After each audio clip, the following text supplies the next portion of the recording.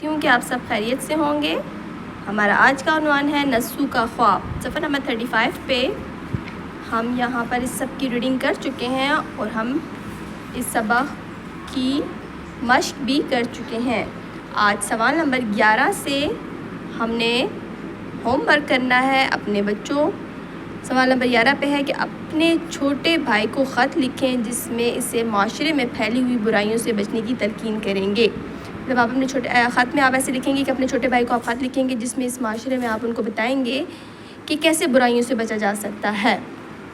سوال نمبر 12 پہ سیاق و سبات کے حوالہ دے کر چند اقتباس کی وضاحت کریں۔ کیوں نہیں یہ انہی اعمال کی بدولت یہاں سے لے کر ایک ایسی لمبی تان کر سویا کہ قبر کر آ چکا۔